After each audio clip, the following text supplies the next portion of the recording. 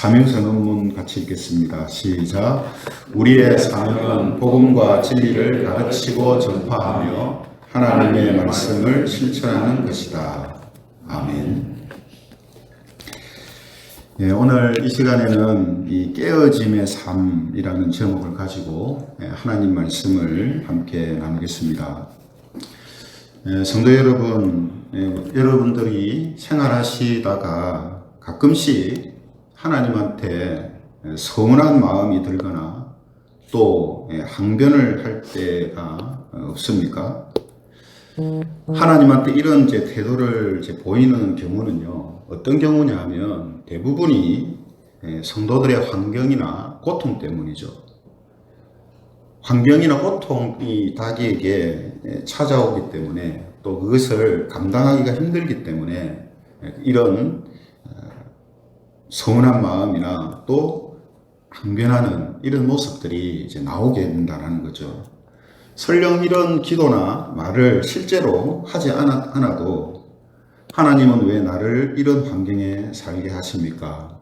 하나님은 왜 나에게 이런 어려움을 당하게 하십니까? 이렇게 항변하는 마음이 생길 때가 있습니다. 오늘 본문에 나오는 이 사도 바울 일행도요, 이런 생각과 항변을 할 수 있는 그런 상황 속에 있었습니다. 하나님께서는 이 바울 사도를 이방인의 사도로 부르셔가지고 복음 전파의 사명을 맡기시거든요. 그래서 바울은 일행들과 함께 아시아 쪽으로 가서 선교를 시작하게 됩니다. 하나님이 하라고 하신 일이니까 분명히 복음을 전하러 가는 것마다 어떤 일이 일어날 거라고 기대하겠습니까? 하나님이 예비해 놓으신 사람들이 반겨줄 것이고 또 복음을 전하는 곳마다 수많은 회심자들이 일어나서 예수 그리스도의 이 복음이 만천하에 이렇게 번져 나갈 것이다. 이렇게 기대를 했을 것입니다. 이 기대는 어쩌면 당연한 기대이지 않겠습니까? 하나님이 부르셔서 하나님이 이 일을 하라고 말을 시키셨어요. 그럼 분명히 이런 좋은 일들이 일어날 거다라고 생각을 하게 되죠. 하지만 그런 기대와 달리 그들을 기다리고 있었던 것은 환난이었습니다. 그 환난도 보통 환난이 아니라 오늘 우리 본문 8절에서 표현한 것처럼 힘의 격도로 내 힘으로 도저히 그것을 감당하기 어려운 그런 심한 고난을 당해가지고 살 수 있는 소망까지 다 끊어졌다. 그래서 이제는 우리가 죽는 것만 남았구나 이제. 그러니까 얼마나 환난이 심했으면 앞이 도저히 보이지 않았으면 이런 생각까지 바울이나 그 일행들이 했겠습니까? 이제 죽는 일만 남았구나. 그렇죠? 이 정도로 극심한 환난을 당했던 거죠. 그러니 여러분, 그들이 생각할 때에 자신들이 기대했던 것과 자기들의 이 삶이 또 사역이 전혀 다르게 펼쳐지는 거죠. 성도 여러분, 우리는 이 정도의 환난은 아니지만 우리 역시 우리 각자가 살아가면서 우리 자신의 생각과 기대와는 다른 그런 환경들이 내 앞에 펼쳐지기도 하고요. 또 그런 일들이 막 생기게 됩니다. 그래서 그런 일들로 인하여서 힘들고 외롭고 고통스러울 때가 종종 있는 거죠. 하나님을 믿으면 모든 일들이 다 잘 되고 하나님께 그래서 영광 돌리면서 영혼을 위한 이 사역에 도움을 주면서 살겠다 이렇게 기대를 하는데 그렇게 되지 않을 때가 많습니다. 사는 것 이것조차도 힘에 겹거나 또 어려울 때가 많다는 거죠. 교회 역시 마찬가지입니다. 교회가 복음을 전하고 사람을 구원하라고 하나님께서 세우신 곳이기 때문에 열심과 노력만 하면 교회가 금방 성장할 것 같은데 그렇지 않은 경우가 더 많습니다. 대부분이 그렇지 않아요. 개인의 삶이나 혹은 교회의 모습을 볼 때에 여러분 이런 사람들의 기대와는 다른 일이 이제 일어나는 거거든요. 그럼 여러분 왜 이런 일들이 일어날까요? 하나님을 믿는 하나님의 백성들이면 그저 믿음으로 성실하게 살면 모든 일들이 잘 되고 형통해져서 마음껏 하나님께 영광 돌리고 헌신하며 살면 좋겠는데 사는 것 그거 하나도조차 지금 버거워서 이렇게 살게끔 왜 내 삶이 그렇게 놓여져 있느냐 말이죠.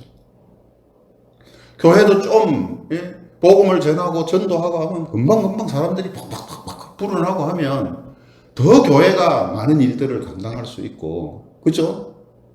사회와 나라에 더 많은 유익을 끼칠 수 있을 것 같은데 왜 그렇지 않느냐 말이죠. 여러분 여러 가지 이유가 있을 수 있겠습니다만 정말 중요한 이유 중에 하나는 뭐냐면 하나님은요 우리가 하는 일을 원하시는 게 아니라 우리 자신을 원하시기 때문입니다. 하나님이 만약에 일을 원하시는 것 같으면 일이 되게 해야 되죠. 맞잖아요. 하나님이 못하실 일이 어디 있습니까?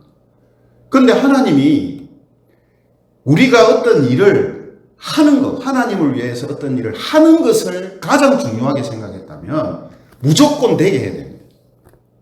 안 된다는 말은 뭡니까? 내가 잘 살기를 원하는데 잘 못 산다는 것은 무슨 말이죠? 하나님은 잘 사는 것보다 더 중요하게 생각하는 게 있다는 뜻이에요. 그게 뭐라고요? 우리 자신입니다. 우리 자신. 교회가 잘 되고 교회가 크게 되는 것 그보다 하나님이 더 중요하게 생각하시는 거 교회 자체입니다. 여러분 사람은요 우리가 하나님을 위해 무엇을 하는가 하는 것을 통해서 자기 정체성을 자꾸 확인하려고 합니다. 이 사람이 가진 특징이 그래요. 내가 어떤 일을 왜 자꾸 하려고 하냐면 사람들이 마치 일을 못해서 안달인 것처럼 막 일을 하잖아요. 그 일을 왜 하냐면 그 일을 통해서 자기 정체성을 확인하려는 거예요. 내가 그래도 이런 일을 하고 있다. 이런 일을 하고 있는 사람이다. 그죠? 이걸 확인하는 거예요. 왜냐하면 믿지 않는 사람들은 그것마저도 없으면 못 산단 말이에요. 근데 신자들은 그렇게 하지 않아도 그런 마음을 가지지 않아도 되는데 신자들도 자기가 하는 일을 통해서 자기 정체성을 확인하려고 해요. 주님을 위해서 교회를 위해서 내가 막 열심히 뭔가를 하는 것을 통해서 내가 하나님 백성이다 하는 정체성을 확인하려고 해요. 내가 열심히 하니까 하나님 백성이고 구원받은 사람이다. 예? 그 자기 정체성은 누굴 통해서 확인해야 됩니까? 자기가 한 일을 통해서 확인하려고 하면 안 되고 예수 그리스도 그분의 십자가를 통해서 내 자신을 확인해야 되거든요. 근데 자꾸 자기가 한 일을 통해서 확인을 하려고 합니다. 그래서 내가 하나님을 위해 이런저런 헌신을 하고 말 그대로 성공을 하면 비로소 하나님의 자녀가 된 것 같이 생각하고 또 그런 모습을 하나님이 제일 기뻐하실 것이라고 생각합니다. 그게 아니에요. 그죠? 앞서 말씀드렸죠. 만약 하나님이 우리가 하는 일을 통해서 성공을 하고 그래서 어떤 성과를 내가지고 하나님이 기뻐하시는 것을 제일 중요하게 생각하신다면 당연히 교회들이나 성도들이 그렇게 되도록 하셔야 돼요. 그렇게 하시지 않는다는 건 그보다 더 중요한 게 있다는 거예요. 그게 뭐라고요? 우리 자신입니다. 하나님은 우리가 어떤 일을 하느냐, 어떤 일을 성공시키느냐 이것보다 우리 자신이 하나님 보실 때에 바른 그런 마음과 믿음으로 살고 있는가.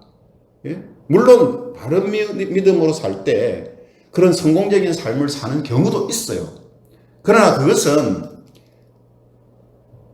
그것이 꼭 같은 것이기 때문에 그런 일이 일어나는 건 아닙니다. 하나님이 가장 중요하게 생각하시는 것은 바로 저와 여러분들이고 교회 그 자체입니다. 그죠? 그래서 하나님은요, 무언가 필요해서 우리를 일시키려고 하시지 않으세요. 하나님이 여러분 이 세상의 주인이시고 하시지 못할 일이 없으시잖아요. 말씀으로 세상을 창조하시는 분이신데 우리가 뭐 하나님을 위해서 뭔가 하지 않으면 하나님이 그 일을 못 하시고, 뭐 사람을 구원 못 하시고, 뭐 세상을 구원 못 하시고, 그런 분이 아니잖아요. 그러면 우리는요, 하나님의 필요를 채워주는 일을 하는 게 아닙니다. 하나님은 우리가 필요를 채워줄 필요한 그 빈 곳이 없는 분이에요. 하나님은 자존하신 분이시고, 하나님 한 분, 자기 자신만으로 충만하신 분이에요.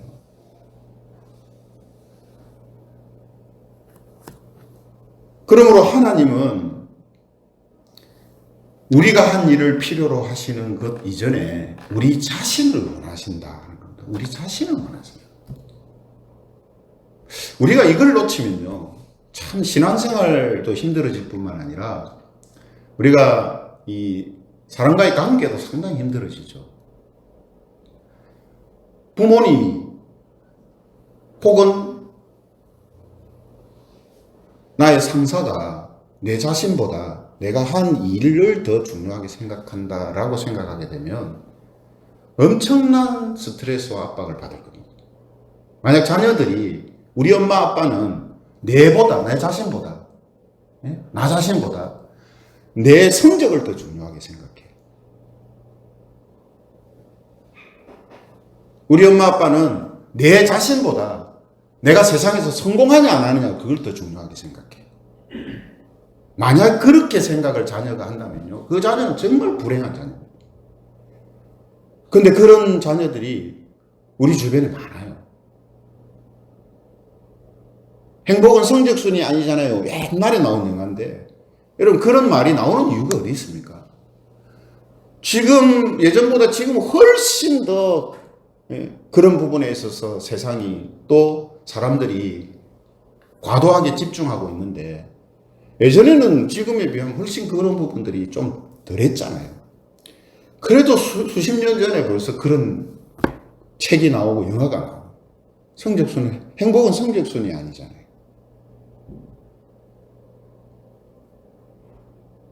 우리가 하나님을 향해서 서 있을 때도 마찬가지입니다.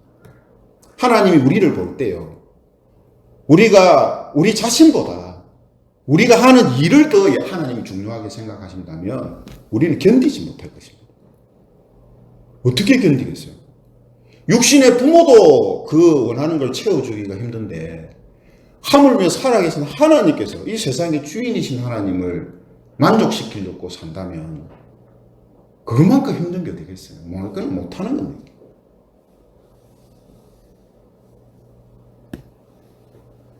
따라서 하나님이 가장 우선적으로 우리에게 원하시는 것은 우리가 꼭 기억해야 합니다.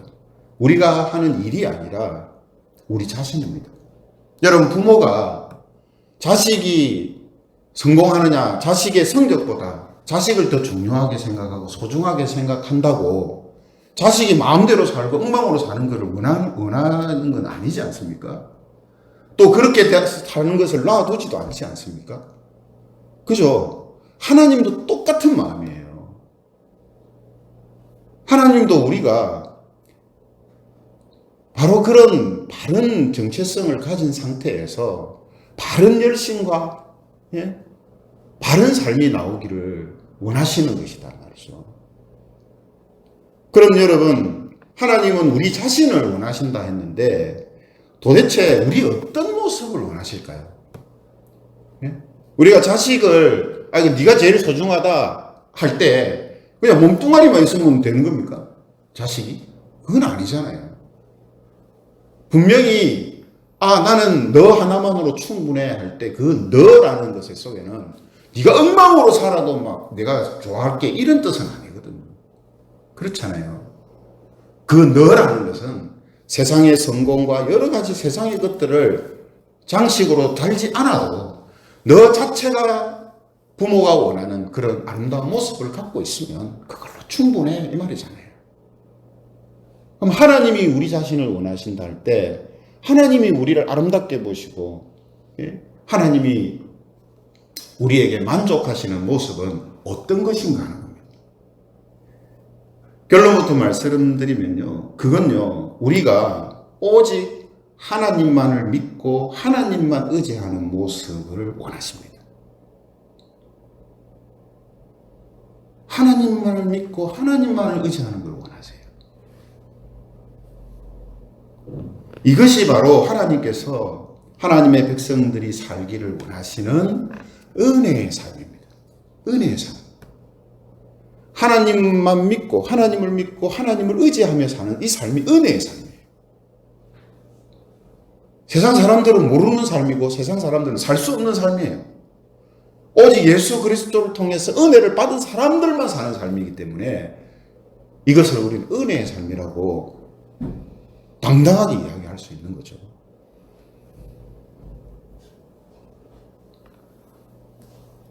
근데 여러분, 우리는 자꾸 자기 자신과 자신이 가지고 있는 것, 또 혹은 자기가 하는 일, 혹은 세상의 것을 의지하고 살려고 합니다.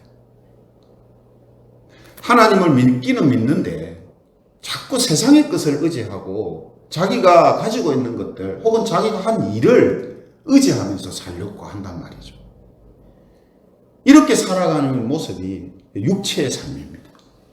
자기 육체에서 나오는 것들. 세상은 하나님이 주신, 원초적으로 주신 것 외에 사람들이 만들어낸 것으로 가득 차 있지 않습니까? 그죠? 그걸 우리는 세상이라고 이야기하잖아요. 예. 그런 육체의 것을 가지고 살아가는 그런 삶을 육체의 삶이다, 이렇게 이제 말할 수 있거든요. 근데 사람은 자꾸 그쪽으로 가려고 해요. 예. 여러분, 사람이 이제 첫사람 아담부터 시작해가지고요, 모두가 이러한 육체의 삶을 살게 되었지 않습니까?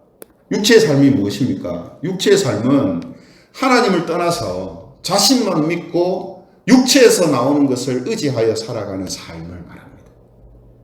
이게 아담부터, 죄로 인해 타락하고 나서 아담부터 살았던 그런 모습이죠. 그런데 여러분, 자신을 믿고 세상의 것을 의지하며 살아가는 것보다 더 큰 문제가 뭐냐면 하나님을 떠나서, 하나님을 떠나서 자기 자신을 믿고 세상의 것을 의지하면서 그렇게 산다는 거예요. 그래서 여러분, 성경은요, 하나님을 떠나 사는 그 자체를 죄라고 해요. 하나님을 떠나 사는 게, 하나님과 분리된 상태에 있는 것, 이게 죄예요. 그래서 사람들이 보통 일반적으로 죄라고 하는 윤리적이고 도덕적이지 못한 이런 모습들은요, 죄의 결과입니다. 죄의 결과. 하나님을 떠남으로 인하여서 사람들에게 나타나는 결과물들이에요. 그러므로 근원적인 죄는 뭡니까? 하나님을 떠나 사는 거예요. 그래서 우리는 하나님을 떠난 사람들을 죄인이라고 이야기하는 거예요. 그 사람이 뭔가 나쁜 짓을 했기 때문에 죄인이 아니라 하나님과 분리된 상태에 있다는 것 자체가 그 사람은 죄를 지은 거란 말이죠. 죄 가운데 있는 거란 말이죠. 그래서 사람들은 하나님을 떠나 죄 가운데 있기 때문에 자신을 의지하고 세상의 것을 의지하며 사는데, 그것이 자기들에게 행복을 주지 못하고 근심과 또 좌절과 고통 속에서 살다가 결국은 영원한 고통에서 헤어나오지 못하는 이런 운명에 처하게 돼 있는 거죠. 여러분, 바로 이런 사람들을 구원하기 위해서 이 땅에 오신 분이 바로 예수님이시지 않습니까? 그러므로 죄에서 우리가 구원받았다라는 것은요, 하나님을 떠난 사람이 하나님께 돌아오는 걸 말합니다.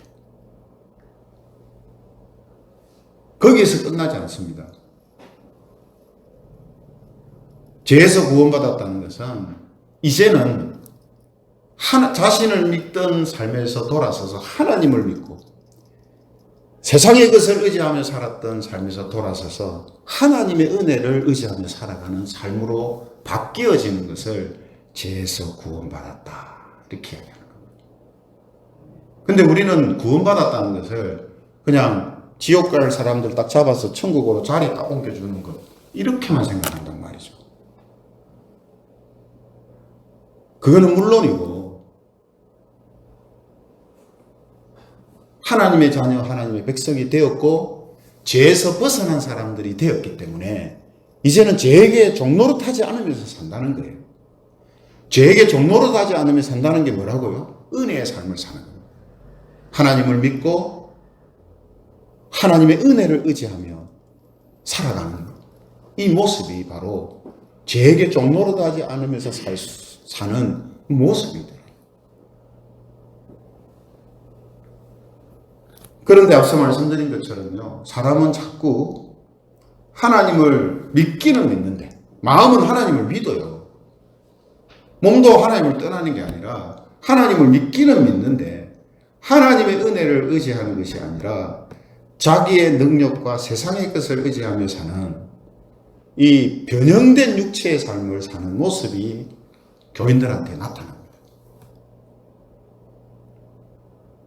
그는 왜 그러냐면 예수님을 믿고 신앙생활을 하면서 하나님을 믿고 하나님의 은혜를 의지하며 살아가는 것이 무엇인가 하는 것을 계속 배우고 그것이 삶 속에서 습득돼야 되는데 그것이 습득되지 않으니까 세상에서 살아갈 수 있는 방법을 모르는 거예요. 그러니 당연히 자연적으로 세상 사람들이 살아가는 방식을 자기 삶으로 끌어오는 거예요. 그래서 마음은 하나님을 믿고 생활 자체는 하나님을 믿는 사람에게 속해서 사는데 자신이 의지하는 건 뭐냐면 세상의 것을 의지하고 자기가 한 일을 의지하고 자기가 가지고 있는 소유를 의지하면서 산다는 거죠. 그건 이거는 반쪽짜리 신앙입니다. 하나님이 원하시는 것은 우리 자신이랬습니다. 어떤 자신요? 어떤 우리의 모습입니까? 하나님을 믿고 자기 힘과 능력으로 막 혼자서 사는 것처럼 살고 세상의 것을 의지하면서 사는 그 모습이 아니라 하나님을 믿고 하나님의 은혜와 하나님의 사랑을 내가 의지하여서 살아가는 바로 그 모습을 원하시는 거예요. 이게 하나님이 우리에게 원하시는 모습이라는 거예요. 그런데 의외로 많은 교인들이 이 변형된 육체의 삶을 사는 모습에 빠져있는 그런 상태에 빠져있는 것을 보게 됩니다. 하나님은 믿기는 믿는데 의지하는 것은 다른 거예요. 그래서 예수님께서 산상수훈을 비롯해서 여러 말씀을 통해서 우리에게 알려주시고 깨닫게 해주시는 많은 모습들이 바로 그런 모습이에요. 서기관과 바리새인들이 가지고 있었던 모습이거든요. 몸은 하나님의 백성이고 백성들을 가르치고 하는 지도자의 위치에 있으면서도 의지하는 것은 하나님이 아니라 딴 거를 의지하고 있다. 그래서 예수님께서 조목조목 그들이 왜 그렇게 잘못된 삶을 살고 있는지 하나하나를 다 이야기하시면서 우리로 하여금 그러한 것을 깨닫고 바른 신앙의 모습으로 살도록 우리를 이끌어 가시는 말씀을 주시는 거거든요. 그렇죠? 더 큰 문제는 뭐냐면 이런 변형된 잘못된 육체의 삶을 살면요.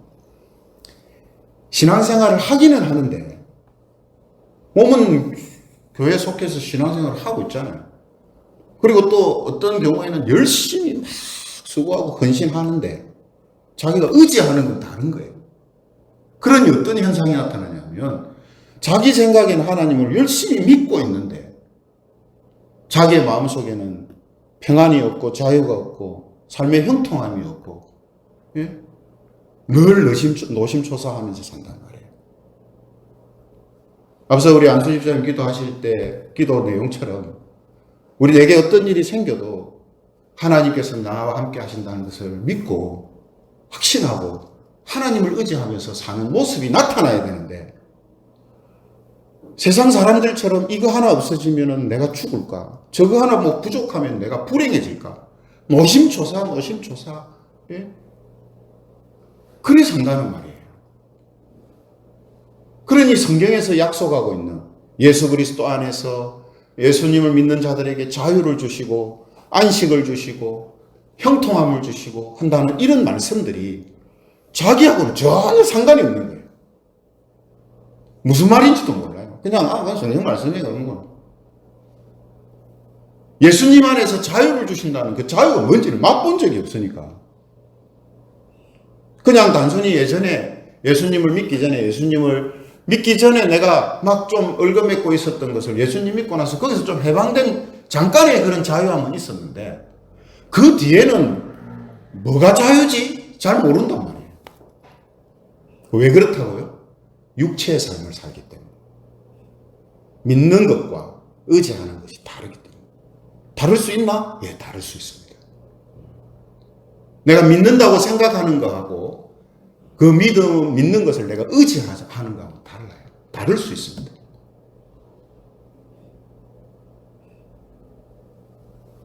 우리가 보고 있는 이 바울 일행이 당한 환란, 여러분 이 환란도 결국은요 바로 이런 모습이 나타나는 거거든요. 그런데 하나님은 우리를 사랑하시기 때문에, 우리를 하나님의 자녀로 삼으셨기 때문에 우리를 그런 상태에 그냥 놓아두시지 않으세요. 하나님을 믿고 세상의 것을 의지하며 살면서 지치고 힘들고 우울하고 절망하고 불행한 가운데서 살아가는 것을 그냥 놔두시지 않는다는 말이죠. 그래서 하나님께서 사용하시는 방법이 뭐냐 하면 오늘 설교 제목처럼 깨어짐의 삶을 살게 하십니다. 깨어짐. 이 깨어짐의 삶을 통해서 우리를 육체의 삶에서 은혜의 삶으로 다시 돌이키는 역사를 행하십니다. 오늘 성경에 나오는 이 바울 일행이 당한 이 환란요,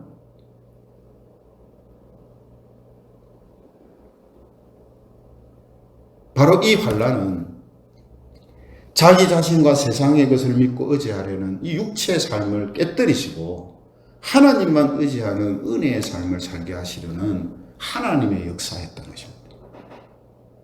그래서 9절 하반절에 뭐라고 합니까? 이런 일들이 생기는 이유가 뭐냐? 예? 왜 우리의 기대와 생각과 다른 일들이 생기지? 왜 내게 이런 어려움과 고난이 생기지? 그 이유가 뭐지?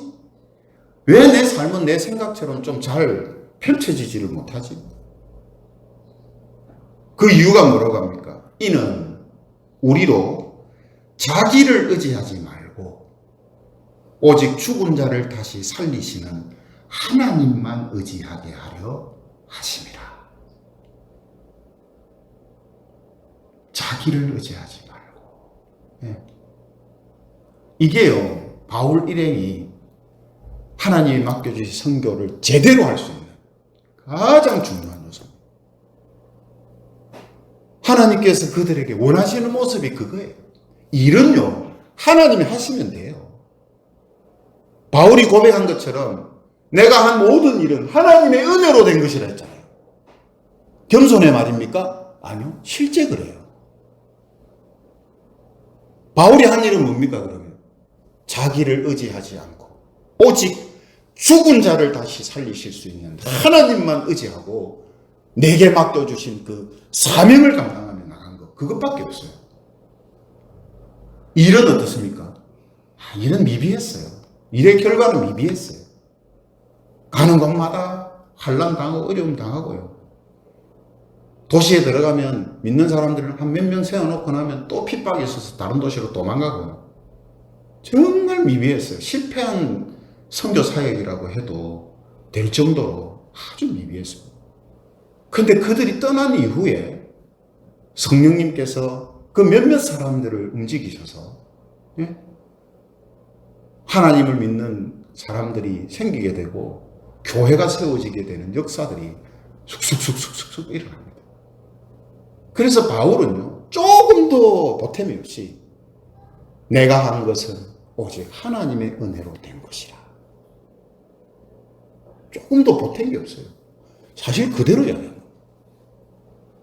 네. 우리는 바울을 위대한 사도 이렇게 이야기하는데, 여러분 위대하다라고 말하는 이유가 도대체 뭔지를 모르겠어요. 위대하다. 바울이 복음을 전해가지고 전 세계 교인들이 다 전 세계 교회가 세워지고 믿게 돼서 그걸 위대하다고 합니까? 아니요. 그건 하나님이 하신 거예요. 그걸 가지고 하나님이 하신 일을 갖고 사람 보고 위대하다 만약에 한다면 하나님의 영광을 가로채는 겁니다. 바울의 위대함은 뭡니까? 하나님을 믿고 자기 자신을 의지하지 않고 하나님만 의지하여 살았던 그게 위대한 거예요. 그러므로 우리도 위대한 성도들이 될 수 있습니다. 왜죠?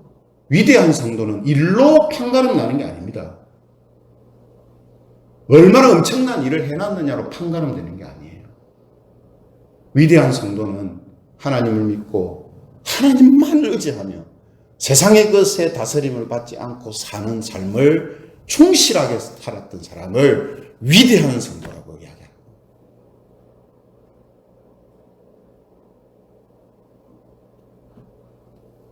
그러므로 저와 여러분들을 힘들게 하고 고통스럽게 하는 일들, 내 생각과 다른 내 인생이 다르게 펼쳐지고 생각지도 못한 어려움들이 자꾸 생기는 그 이유가 어디 있느냐? 우리로 하여금 제발 좀 나를 의지하지 말라는 거예요. 세상 것을 의지하면서 살지 말라는 거예요. 왜 일이 안 된다고 왜 그렇게 실망하고 좌절하느냐는 거죠. 하나님을 바라보고 하나님을 의지하면 하나님이 주시는 힘으로 살 수 있는 그런 사람으로 하나님께서 부르셨는데 왜 자꾸 세상의 것을 의지하고 마음을 뺏기고 삶을 뺏기고 자기의 인생을 뺏기고 이게 왜 그렇게 사느냐는 거죠. 그러므로 오늘 우리에게 일어나는 이런 모든 일들, 그것은요, 육체의 삶을 사는 우리의 모습을 깨뜨리기 위해서 하나님이 허용하시는 사랑의 방법. 그렇지 않은 경우도 있지만 대부분이 그래요. 대부분. 그러니까 우리가 이걸 알아야 됩니다. 그래서 내게 뭔가 어려움이 있고요, 힘듦이 있고 하면 하나님이 나를 지금 깨뜨리시려고 하는구나. 내가 뭔가를 하나님보다 더 의지하고 있는 게 뭐가 있지 않나? 예? 이걸 생각해야 돼요.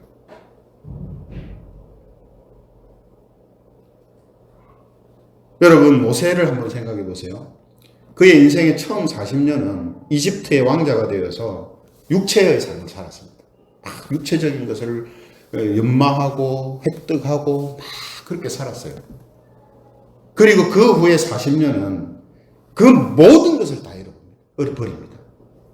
자기의 신분, 지위, 지식 이런 것도 아무 쓸데가 없어요. 왜죠? 목동으로 살았기 때문에.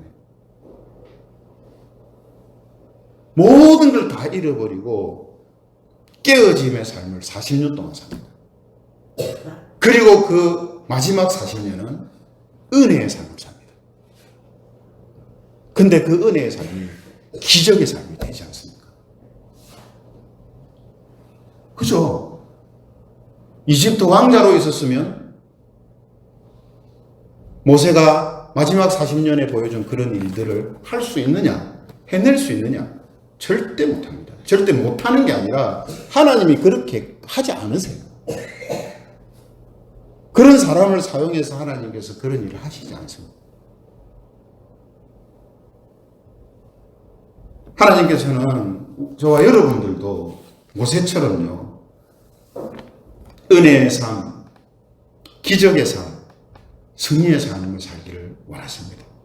그것은 자기의 능력과 세상의 것으로만 살려는 이 자아가 깨어짐이 없이는 되지 않기 때문에 많은 신자들이 자신이 원하지 않는 길로 가게 되거나 혹은 힘들고 고통스러운 환경과 일을 당하기도 하는 겁니다.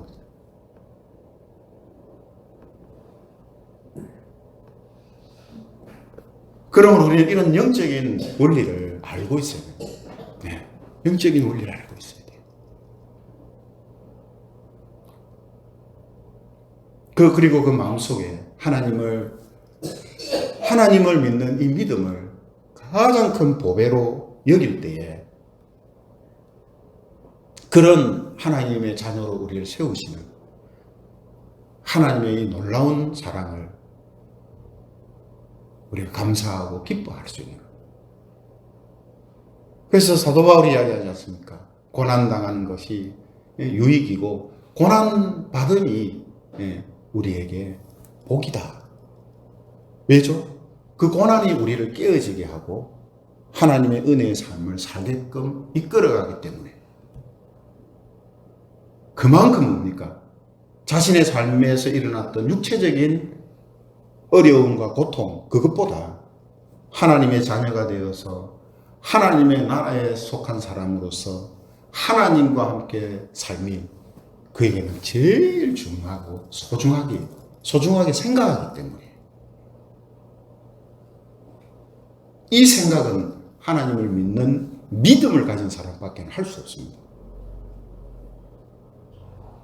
그래서 이 믿음을 가진 사람들은 오늘 이런 영적인 원리를 우리에게 가르쳐 주실 때에 아, 그렇구나. 그래서 내 삶 속에서 힘들었던, 정말로 힘들었던 그 부분도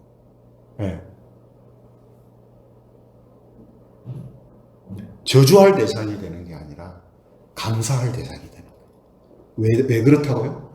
아, 그것 때문에 내가 깨어져서 하나님의 은혜의 삶을 살아가는 하나님의 백성이 되었기 때문에 그것이 나에게 감사한 거예요.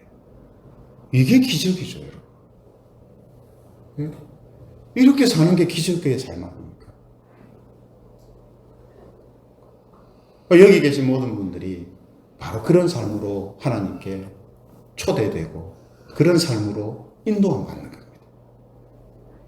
그러므로 이런 영적인 원리를 알고 우리는 아직도 남아있는 자아와 스스로 이 자족하려는 이 마음이 모두 깨어지게 해달라고 기도해야 합니다. 서두에 제가 첨언에서 말씀드렸죠. 그렇다고 아무것도 하지 말고 노력도 하지 말라는 말이 아닙니다. 그죠? 하나님이 우리에게 원하시는 가장 중요한 모습이 뭔가 하는 것을 지금 이야기하는 거죠. 이 중요한 모습을 가지게 되면, 즉 하나님을 믿고 하나님을 의지하는 삶을 살게 되면 육체의 노력과 열심으로 만들어내는 그런 것보다 훨씬 말 그대로 기적이다라고 말할 수 있는 일들이 우리를 통해서 막 세워지는 겁니다. 그러니 아무것도 안 하고 산다? 그건 있을 수가 없는 일이에요. 생명이 그 안에서 움직이는데 어떻게 생명력이 나타나지 않습니까? 당연히 나타납니다. 그러므로 우리는 이런 원리를 알고 우리의 마음이 육체의 삶을 살려고 하는 모든 것들, 세상의 것을 의지하고자 하는 그러한 것들을 다 깨어지게 해달라고 우리가 기도해야 됩니다. 그리고 우리의 삶의 모든 영역이 은혜의 삶을 사는 것이 되도록 그렇게 기도해야 합니다. 그러면 분명히 하나님께서는 저와 여러분이 하나님을 전적으로 믿고 의지하는 은혜의 삶을 살게 하셔서 우리의 삶의 환경과 상황에 영향받지 않는 주님이 주시는 그 자유와 안식과 형통을 누리면서 살게 하실 것입니다. 이런 하나님의 은혜가 저와 여러분들에게 계속 되어지는 것, 이것이 하나님이 가장 원하시는 일이다라는 사실을 기억하면서 이런 일들이 저와 여러분들에게 계속되기를 주님의 이름으로 축원합니다.